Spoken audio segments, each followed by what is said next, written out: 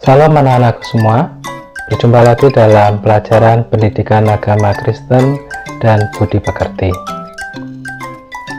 Pada pelajaran sebelumnya, kalian telah belajar tentang arti gereja. Kalian telah belajar bahwa gereja dipahami bukan sekedar sebagai lembaga atau gedung, melainkan kumpulan orang percaya pada Kristus. Dan kalian juga telah belajar beberapa gambaran gereja yang ada di dalam Alkitab. Pada pelajaran kedua ini, kita belajar tentang sejarah perkembangan gereja. Melalui materi ini, kalian diharapkan dapat memahami sejarah perkembangan gereja dan menjadi penerus gereja yang mau mengambil tanggung jawab sebagai bagian dari gereja Tuhan. Pada bagian yang pertama, kita akan belajar tentang sejarah gereja jemaat perdana dalam Alkitab. Anak-anak semua, dilihat dari sudut pandang sejarah, jemaat mula-mula berawal di Yerusalem. Peristiwa ini dimulai saat terjadinya pencurahan Roh Kudus di hari Pentakosta. Apa sih hari Pentakosta itu? Di dalam bahasa Yunani, Pentakosta itu berarti ke-50, yaitu hari ke-50 dari Paskah. Nah, dalam tradisi Yahudi, hari raya Pentakosta adalah perayaan pengucapan syukur bagi Israel atas hasil panen gandum. Dan pesta itu dirayakan selama 7 minggu. Makanya hari raya Pentakosta ini dikenal juga dengan nama Hari Raya 7 Minggu. Setelah peristiwa pencurahan Roh Kudus pada hari Pentakosta, di dalam Kisah Para Rasul 2 ayat 41-47 menceritakan bagaimana kehidupan jemaat perdana pada saat itu. Alkitab memberi kesaksian bahwa pada peristiwa pencurahan Roh Kudus itu, ketika Rasul Petrus berkhotbah, kemudian ada 3.000 orang yang memberi diri untuk dibaptis. Orang-orang Yahudi dari seluruh dunia berdatangan ke Yerusalem untuk merayakan Pentakosta. Para pengikut Yesus juga ada di sana. Mereka berkumpul menantikan karunia yang dijanjikan Yesus bagi mereka.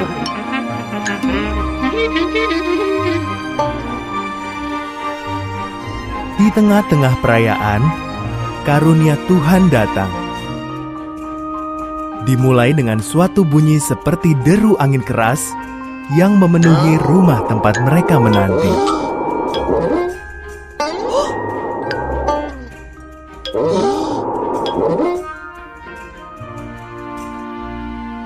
Selanjutnya, tampak sesuatu seperti api hinggap di atas mereka semua. Lalu Roh Kudus Tuhan memenuhi semua orang di dalam ruangan itu, dan Ia memberi mereka kuasa untuk berbicara dalam bahasa-bahasa lain.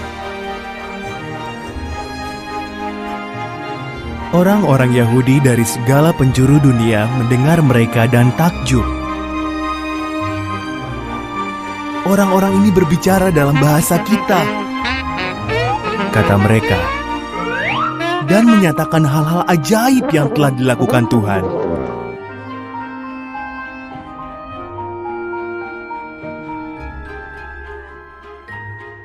Petrus menjelaskan, inilah karunia Tuhan yang sudah dijanjikan sejak dahulu kala. Karunia ini kami terima melalui Yesus, Sang Mesias.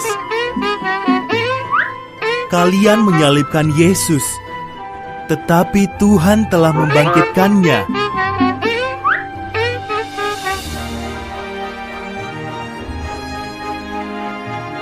Apa yang harus kami lakukan? Tanya orang-orang dengan sedih. Tinggalkan perbuatan jahat.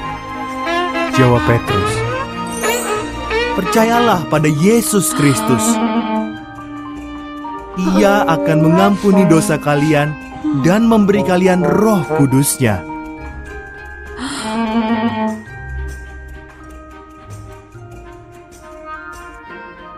Pada hari itu, 3.000 orang dibaptis.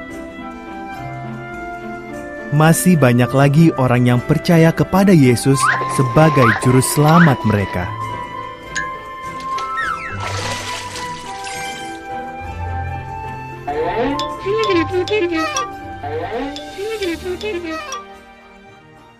Setelah pembaptisan, mereka bertekun dalam pengajaran para rasul, dan mereka juga bertekun di dalam persekutuan. Bahkan bukan hanya melakukan persekutuan dalam bentuk ibadah ritual saja, tetapi mereka juga menunjukkan kebersamaan dalam kehidupan sehari-hari mereka. Hal itu bisa ditunjukkan ketika mereka bersama-sama memecahkan roti di rumah masing-masing dan secara bergilir. Bahkan mereka memiliki kesediaan untuk membagikan harta milik mereka bagi sesama yang membutuhkan. Nah, hal ini dilakukan sebab mereka memiliki pemahaman bahwa segala sesuatu yang mereka miliki merupakan milik bersama. Orang-orang yang menerima perkataannya itu memberi diri dibaptis, dan pada hari itu jumlah mereka bertambah kira-kira 3.000 jiwa. Mereka bertekun dalam pengajaran rasul-rasul dan dalam persekutuan. Dan mereka selalu berkumpul untuk memecahkan roti dan berdoa. Maka ketakutanlah mereka semua, sedang rasul-rasul itu mengadakan banyak mujizat dan tanda. Dan semua orang yang telah menjadi percaya tetap bersatu. Dan segala kepunyaan mereka adalah kepunyaan bersama. Dan selalu ada dari mereka yang menjual harta miliknya, lalu membagi-bagikannya kepada semua orang sesuai dengan keperluan masing-masing. Dengan bertekun dan dengan sehati mereka berkumpul tiap-tiap hari dalam bait Allah. Mereka memecahkan roti di rumah masing-masing secara bergilir dan makan bersama-sama dengan gembira, dengan tulus hati. Anak-anak yang kasih Tuhan, cara hidup jemaat perdana inilah yang kemudian disukai banyak orang. Banyak orang yang bisa melihat hal-hal positif di dalam kehidupan mereka. Dari situlah diceritakan bahwa Tuhan menambahkan jumlah mereka setiap harinya. Cara hidup jemaat perdana ini kemudian menginspirasi gereja-gereja saat ini untuk memahami tugas panggilannya. Sambil memuji Allah, dan mereka disukai semua orang. Dan tiap-tiap hari Tuhan menambah jumlah mereka dengan orang yang diselamatkan. Cara hidup jemaat mula-mula kemudian menjadi dasar 4 tugas panggilan gereja pada masa kini, yaitu yang pertama, suka berkumpul untuk memecahkan roti dan berdoa. Itu adalah menjadi landasan bagi tugas gereja koinonia atau persekutuan. Yang kedua, suka mendengar pengajaran para rasul. Itu menjadi dasar di dalam didaskalia atau pengajaran.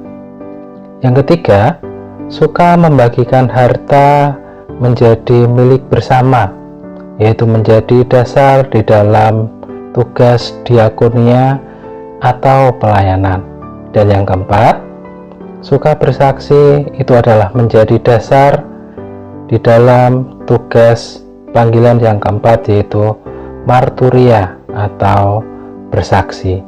Nah, 4 tugas gereja inilah yang kemudian terus dikerjakan dan dikembangkan oleh gereja-gereja sesuai dengan zaman dan konteksnya.